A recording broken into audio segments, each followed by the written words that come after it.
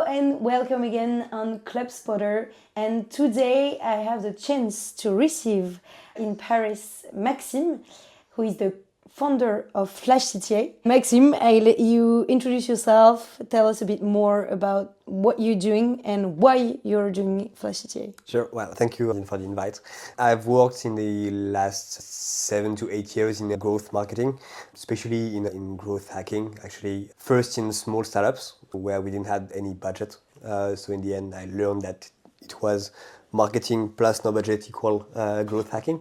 So it was, pretty cool just to test some basic stuff. But in the end, I was more eager to learn from people who had that knowledge, get some budget as well. And I went to work into an agency. I spent almost a year there to learn on how to do paid ads, outbound at scale, so cold emailing, bit of how to organize cold calling as well. We even organized some games for big corporate banks just to get some leads. So yeah, the idea over there was to how can we make an audit of a company through the growth hacking point of view, meaning that we are going to learn how are they positioned into SEO, SEA, is their landing page properly converting, do they have the proper tracking at least, how do they manage their leads, what is the whole funnel conversion, and even into the product, is there some features and stuff that are relevant for users and can be understandable for them. And post that audit, we just came to the customer with 100 recommendations on things that they could do. And for some customers, I spent like 2 to 3 months having the keys of the truck and handling all their growth for them. It was pretty cool. Super cool.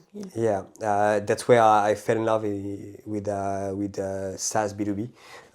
Like having the occasion to work into activation and more down the funnel as well was pretty cool because, I mean, in France at least, we have a vision of growth hacking which is more oriented to acquisition and not much, and I thought it was quite limiting in some sense. So yeah, having learned how to become a T-shaped profile into growth hacking, I then focused into SaaS B2B from the Hexa startup studio, which is quite renowned for having brought some big startups such as Aircall, Front, and many other companies that are now quite known even in the US. And this company was definitely oriented into account receivables. So I was now talking to CFOs, which was another topic and fun issues. But I was brought as the 7th employee into this company, so quite core role and early role into a startup. Just providing as much as possible leads to those narrow sales team. It was quite an issue, struggling with the sales force, not set up at all, dealing with all those things on my own, and in the end, just building the whole business stack and bringing all the different tools over there and providing as much as possible for those. But it was difficult for us in the French market, and I understood that I was more relevant working with the sales. I mean, on a daily basis, the issue was not finding leads and giving them to the sales, but more how can I work with the sales to enhance their comprehension of the markets, of the personas, but as well how can they be a bit more efficient with their approach, and finding a way to reduce the basically the first time reducing the clicks, building for them a tool to from your LinkedIn, we were enriching those those contacts, providing the email, having a first waterfall.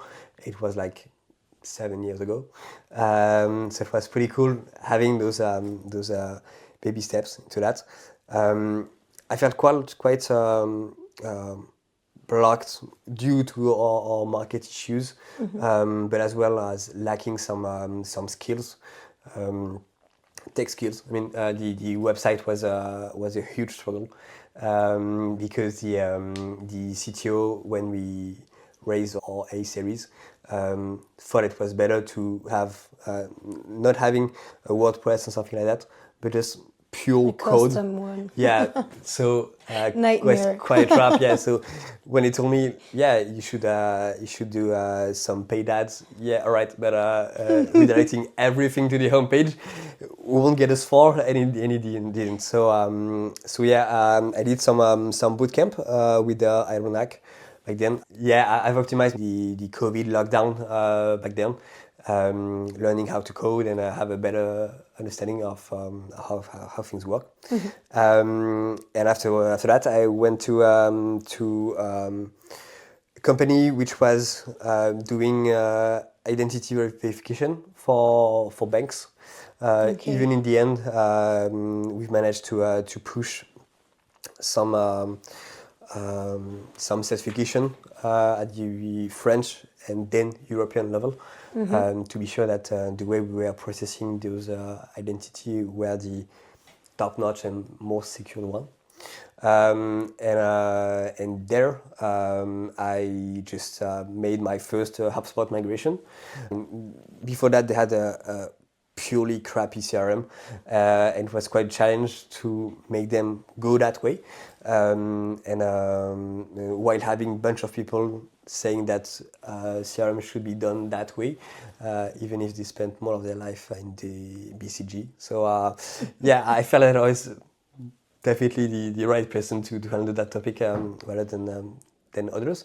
At that point, I was more into sales ops role, being the handyman for the head of sales, and having a first understanding on, yeah, all right, we did growth, managing the ROI, but then we have to view it from a revenue point of view. It was quite interesting to translate those sales into an ABM strategy, huge account, enterprise, and the involvement of growth at that moment wasn't the most logic one. So I felt that the switch to sales ops was definitely more relevant. But the company was acquired by Checkout, and it wasn't the right place for me regarding the evolution of the company. And so I went for the first time second time into a B2C company, into real estate. So yeah, huge change. But to work on a huge HubSpot, 15 pipelines, 10 custom objects, and more than 300 people working on it, because we were managing on a point the leads, but afterward the transactions, how the works are done, the furniture and delivery as well, and how those apartments and rooms that could be shared or sublet. And we even had the real estate management as well handled on that HubSpot. So it was quite a big challenge. I've even recreated a Pandadoc integration on our own, because we felt that it was tricky to have all the different variables. And at that point, I felt that the sales UX idea was definitely the best way for our 50 sales among 3 countries to gain some efficiency, reducing the clicks. And if we were able to generate a search mandate into only a click, rather than having the sales, having 3 different free license over some signature documents, having those documents all lost in every places. At that point, we were even having the buyers sending us through WhatsApp their IDs their bank account informations, and all those things were lost into every places. It was quite tricky. So yeah, those were the different topics that I've managed. The company went bankrupt. In the end, difficult real estate market in France back then, but from the 50 million raised of the company, it was acquired for only 1 million. So we can say that all doom and gloom things happened back then. Having all that knowledge of sales UX and efficiency, and having that small prototype we had with the Panadoc integration, I felt that there was quite some need to have that into a small product, which was in the end FlashCTA that we've created. We've been part of the beta through HubSpot, so we spent quite some time with them having the app validated through a whole process, because back then they were validating the UI component feature that they were providing to developers. At the same time, I've started to become a freelance on HubSpot, managing quite tricky architectures. In the end, people just call me when their HubSpot is a mess, and I managed to clear things out, make them able to properly see what is their conversion rate, what is the velocity of their whole sales process. And I think that those things are really key into a CRM, and it needs actually to spend a lot of time working to the CRM to have those just small two numbers. But it's important to understand where your CRM is and definitely what is necessary to be to that step. And I just think that the fact that you are growth, but with a need to help the sales team to have a smooth funnel to implement the information into the CRM. I do think that it's a cool way to see, because I have talked with lots of growth, and each time it was like war, growth vs salespeople, and my co-founder Bastien was growth and I was sales, and I do think that he has the same way to see the problematics as you have. So trying to talk with the salespeople, just see the problem that they have, and just create a CRM which can be the more efficient and the more simple to use for salespeople. Yeah, I definitely think that from the last 5 years, growth people were definitely handling a lot of tools that were required or that was fun for them to use.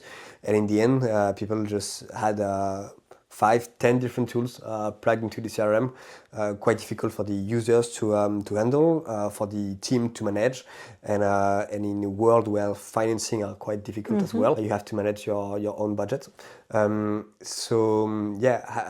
the idea of an efficiency of your whole stack and the process that you have as well with it, in order for you to iterate on them, but also being able to handle all the different processes and dedicated processes with dedicated owners is also as well super important, I think. And this is exactly the subject that you choose to talk about. You just talk about the best template for you in terms of HubSpot architecture. And I do think that it's totally what we were talking about just minutes ago.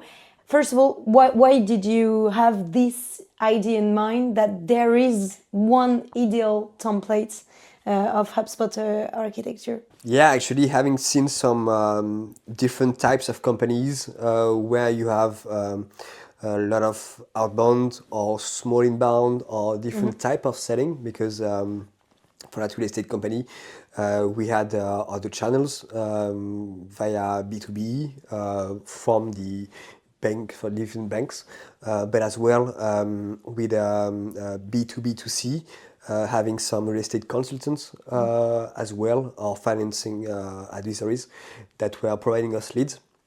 It was quite tricky in a sense to having all those things living properly at the same time with different sales cycle within the same CRM. And I think that a lot of people have in mind that they have to have their architecture right at the beginning, but actually your company evolves, and that's why you made usually a lot of migrations from a CRM to another, because you think that it properly fits your needs at a time. But when you do those migrations, actually you are importing as well old processes that were relevant back then, even though they were crappy. But working on that during the migration is quite interesting as well. Not the topic, but I've managed to build a template that is quite efficient, I think. The reason we are talking about it is because actually a month ago I've published a white paper on that topic and specific template, and I generated a lot of attention, and even people afterward, once they wrote that document, just had some feedback and wanted to exchange. So I thought it was quite interesting to share it with you today. And it's a sweet reminder that making LinkedIn content could work. Yeah, definitely. Provided some leads. So yeah, quite interesting. No, actually, it's important to bear in mind that the architecture is not only doable when you're doing a migration, but if you decide to put those things in place, you can just do it, and having either side is also possible. So here the whole concept is not relying on the life cycle, which to me is quite small, because it's a linear evolution. You're not able to recycle things. You have this synchronization within the company, the contacts, and all that logic, which can be quite difficult for you to handle. And when you are thinking that what is an MQL, whether it is coming from outbound or inbound, you start to have some conflicts at that point, as well as having those from different types of companies, suppliers, and all those things. So the idea here is to create custom field based on the company. You have three different blocks. The first one will be the lead dam. The idea here is for the outbound companies that you can have on the stock, which is the first value. All the companies that compose your total addressable market. Interesting for you to have those, because when you are hiring new SDRs, for example, when you failed your previous campaign, you need to have that stock in place just to feed those leads anytime. You were talking about like the different step. Do you think that there is, in terms of SDR, AE, and other CSM and other job that you mentioned, do you think that there is a role for those people, ownership in terms of developing this part? Yeah, definitely. You are purely talking about the different conflict that you can have within teams. I've lived that and hated it, so that's why I do believe that you can have ownerships toward objects, which is quite interesting, meaning that the marketing can handle the contacts, the sales, the companies, if you are in an ABM strategy. And even though those deals, for example, can be dedicated to SDRs and AEs, that's the logic that you can have. But still, it is a lot of terrain to cover. And so having the ownership on those different steps of this status is quite interesting. If we talk about the stock, it can definitely be handled by the growth team or the ops team. They have the stock for them. They manage the volume that they need to have to feed the sales and the upcoming sales. But then if you the next step is the pool. This pool is the possibility for the sales to grab the leads that they need. Meaning that if we come across the first step, which is the target step, this step is showing at a macro level that the sales are handling at a discovery stage the leads. The idea is to have a precise volume that they can handle, so we can see their consumption of let's say 100 deals per week or per month, depends on the industry that you have. At the start of the month, they have 100 leads. At the end, they should have, I don't know, 40, for example. But you need to close that gap in order for them to work at 100%. You can offer them the possibility to grab those leads from the pool status, and they can pick the leads that they need at that moment. Okay. Meaning that you offer more flexibility, not having them to request some leads, and through that process you can see how much leads a sales is consuming, is his conversion rate as well as others, and as you have different types of sales and people selling in different ways, you can offer dedicated process for them if they are, I don't know, using 20 leads to make the same number of sales, or others need to work on 60s, for example. It allows you to help them work in the best way to handle those things. And maybe you can also analyze, like, for example, the way that they chase the deal, the way that they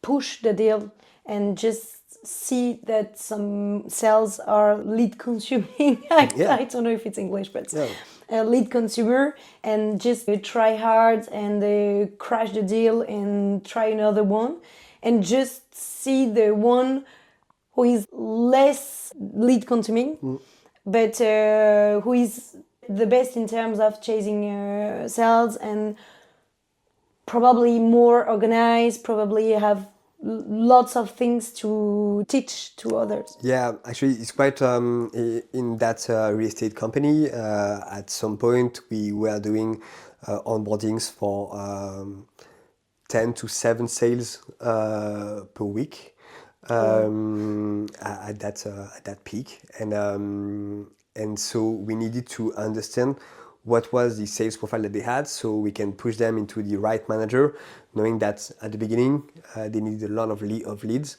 but regarding their consumption and their conversion rate, was interesting for us to guide them into the right path of onboarding as well. So this is the in those 3 steps, the whole logic of the lead dam. This part is more dedicated to outbound, actually, because it is cold leads or super cold leads. But on the other side, as we have MQL, SQL, so opportunity on the life cycle, the idea here is to create on a more BOFU, bottom of funnel status, seeing that we have the target step for an equivalent of PDR pipeline. For an AE pipeline, we will have an opportunity status. For a CSM team, we will have a step dedicated to customers, for example. But if you have different processes, you can definitely be able to switch it the way you want. And actually, there the trigger is quite simple, meaning that if you have an open deal into this pipeline, you will just change automatically through workflow the status. The status. Yeah, it provides you the ability to have a broad view on how your CRM is segmented. Whether you have, for example, a lot of deals into the A status, but quite few into the target one. That you have to push a lot of leads into the pool, for example. For having your sales feeding the top of funnel. So that's quite basic actually, but the rest is more interesting on how can we be able to recycle those leads. There, what you do is that from all your different pipelines, you will have close loss reasons. So your backlog status will be the one having all those loss reasons. So you segment it via reason. And attached to that reason, you will define timing into which you will spend time into the backlog. Meaning that classical last reason, bad timing.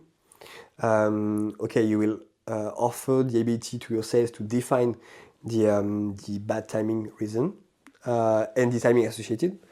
But if it is another reason, like competitor, for example, meaning that they have already bought from your competitor, you can set by default 60-day, 6 months period of time into which it will come back into the pool or the target, and you will have the whole recycle chain from your CRM.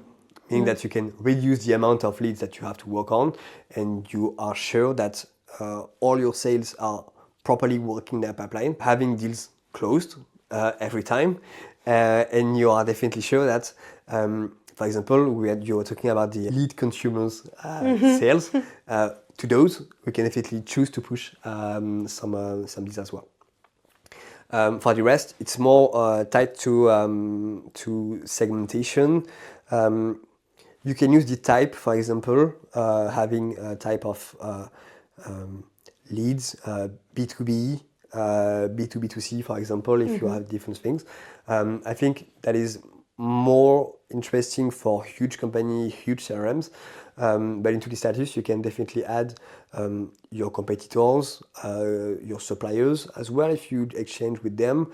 You can have as well the blocked account, people that you want to never get in touch with again.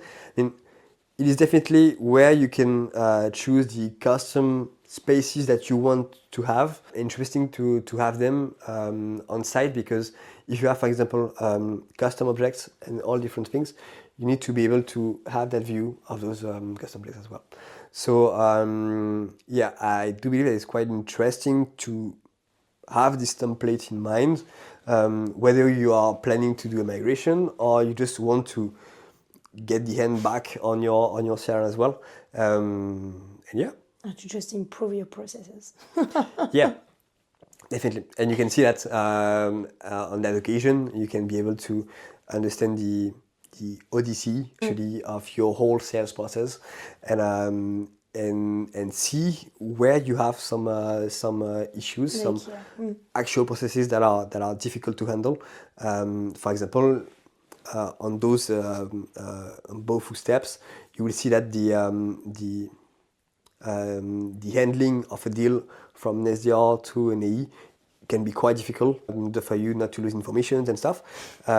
So those are actually some steps that are quite organic, because you need to have as much infos, activities, intents, meetings within those steps in order for you to come across the next one. And you can definitely see, as you have on deals, for example, you can create some timestamps as well, entering this step, exiting that one, and back for that, you can be able to see the whole cycle of life, and not life cycle, of a company that was into your CRM and then ends customer, even though it reached some recycling steps. The relationship in terms of a CRM communication between an SDR and an AE is like the worst, because the information that the SDR have on phone, sometimes you can't find them in HubSpot. So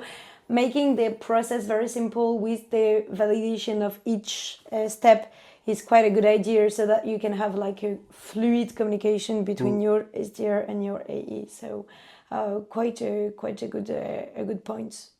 Time flies. You have said too many things and you have given too many tips. So I would like you to recap them in 3 bullet points. Yeah. And we definitely gonna make another episode, because I do think that you have too many things to give. Sure. First one, do not rebuild any architecture of CRM. Just follow this template. You can see. Actually, HubSpot doesn't have proper templates towards industry. You can find them on Salesforce.